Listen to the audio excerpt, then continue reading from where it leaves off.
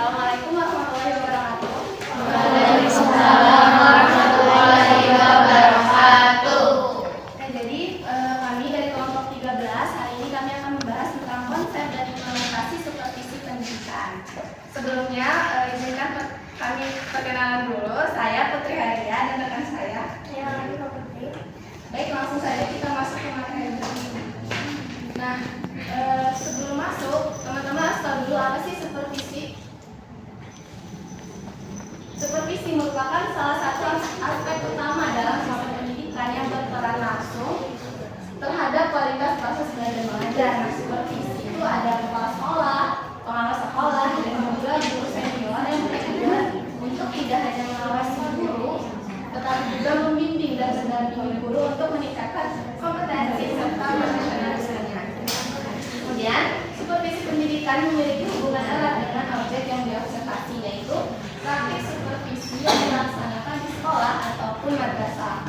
Supervisi menjadi komponen yang penting dalam mengamati, mengevaluasi, dan membina guru. Selanjutnya, konsep dasar supervisi pendidikan. Supervisi pendidikan pada hakikatnya adalah proses bantuan profesional yang terencana untuk memperbaiki kualitas pembelajaran di kelas dan juga untuk pendidikan di sekolah secara keseluruhan. Nah, secara etimologi, istilah supervisi ini diturunkan dari kata super atau atas atau lebih dan visi melihat yang artinya menggambarkan aktivitas melihat dari atas guna memberi bimbingan, pengarahan, dan pembinaan terhadap proses belajar mengajar.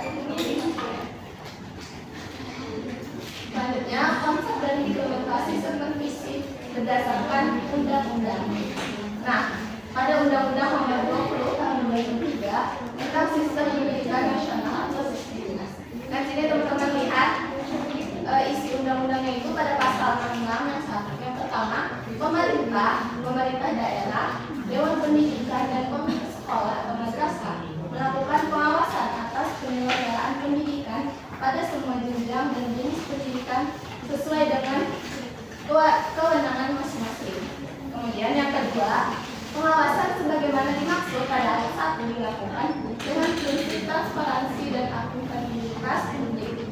Kemudian yang ketiga, ketentuan mengenai pengawasan sebagaimana dimaksud pada ayat 1 diatur lebih lanjut dengan pengaturan pemerintah. Nah, pada pasal 66 ini mengatur tentang pengawasan sebagai salah satu upaya untuk meningkatkan profesionalisme guru dan memajukan pendidikan secara keseluruhan. Kemudian ada pada amanat pembukaan Undang-Undang 1945 pada alinea keempat, supervisi juga merupakan bagian dari upaya negara untuk mencerdaskan kehidupan bangsa sesuai amanat Undang-Undang 1945. Selanjutnya akan dijelaskan oleh rekan saya.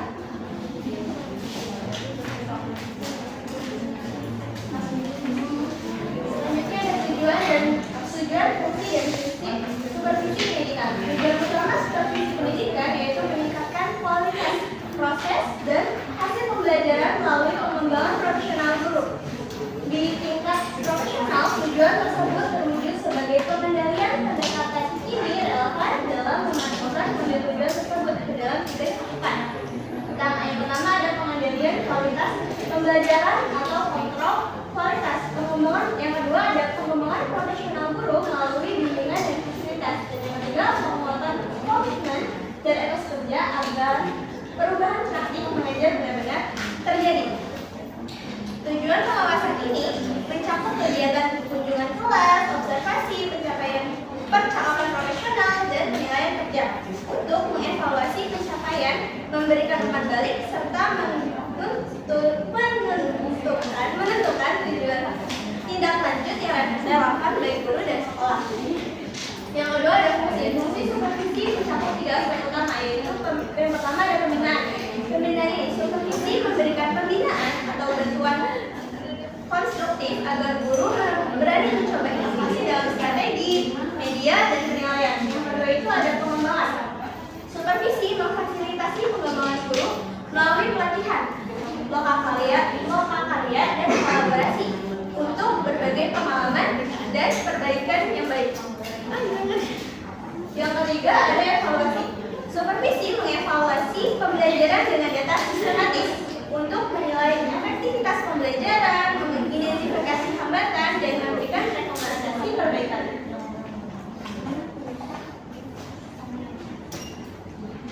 Selanjutnya ada prinsip-prinsip. Prinsip-prinsip supervisi menjadi dasar etis dan metodologis yang harus dijunjung tinggi. Antara lain, pertama ada prinsip ilmiah. Prinsip ilmiah ini berbasis pada data objektif dan prosedur sistematis. Yang kedua ada prinsip demokratis. Prinsip demokratis ini menghormati martabat guru serta mendorong suasana yang akrab. Yang ketiga ada prinsip kerjasama. Prinsip kerjasama ini bertumbuh melalui berbagai ide dan pengalaman. Yang terakhir ada prinsip konstruktif kreatif, menciptakan suasana yang menyenangkan agar kreativitas guru dapat berkembang.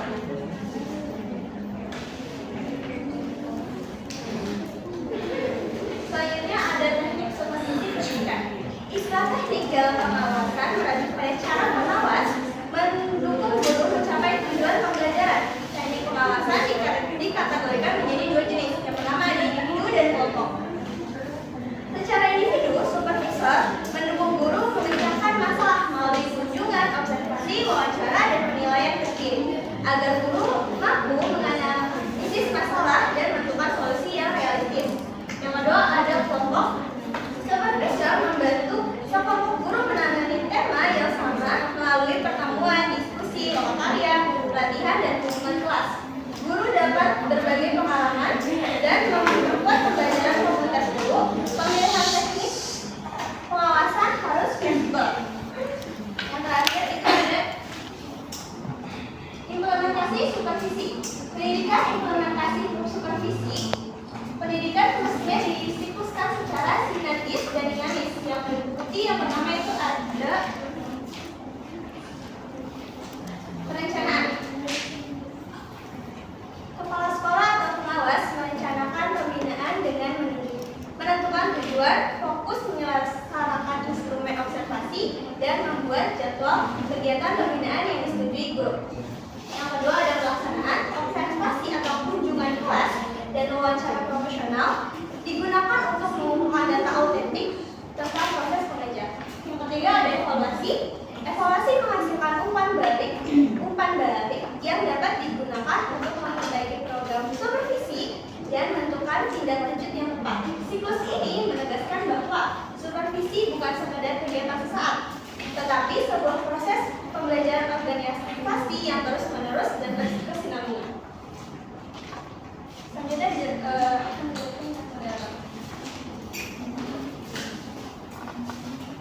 baik, selanjutnya di sini untuk teman-teman yang ingin bertanya silakan. Ada yang ingin bertanya?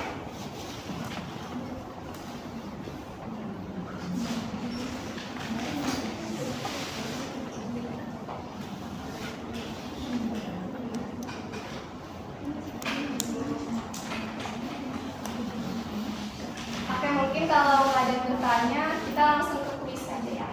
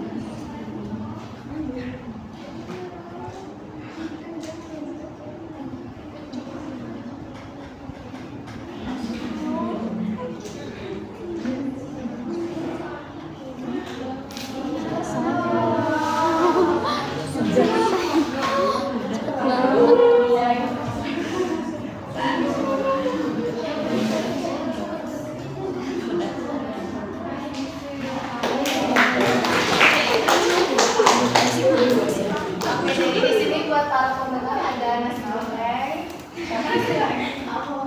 Alif. Terus ada Indah dan Risma. Nanti hadiahnya menyusul ya.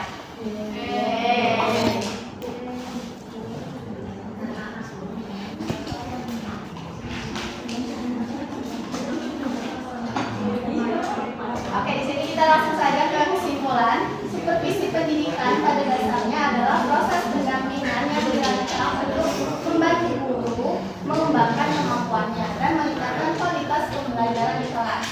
Nah, supervisi bukan sekedar mencari kesalahan, melainkan memberikan bimbingan dan dukungan agar guru mampu mengenali kekuatan serta kelemahannya, lalu memperbaikinya secara berkelanjutan.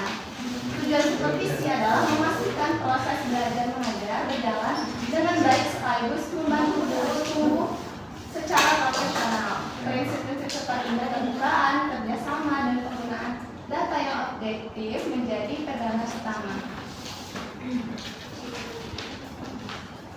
Baik, mungkin cukup sekian dari kami kelompok 13. Kurang lebihnya mohon maaf. Wassalamualaikum warahmatullahi wabarakatuh.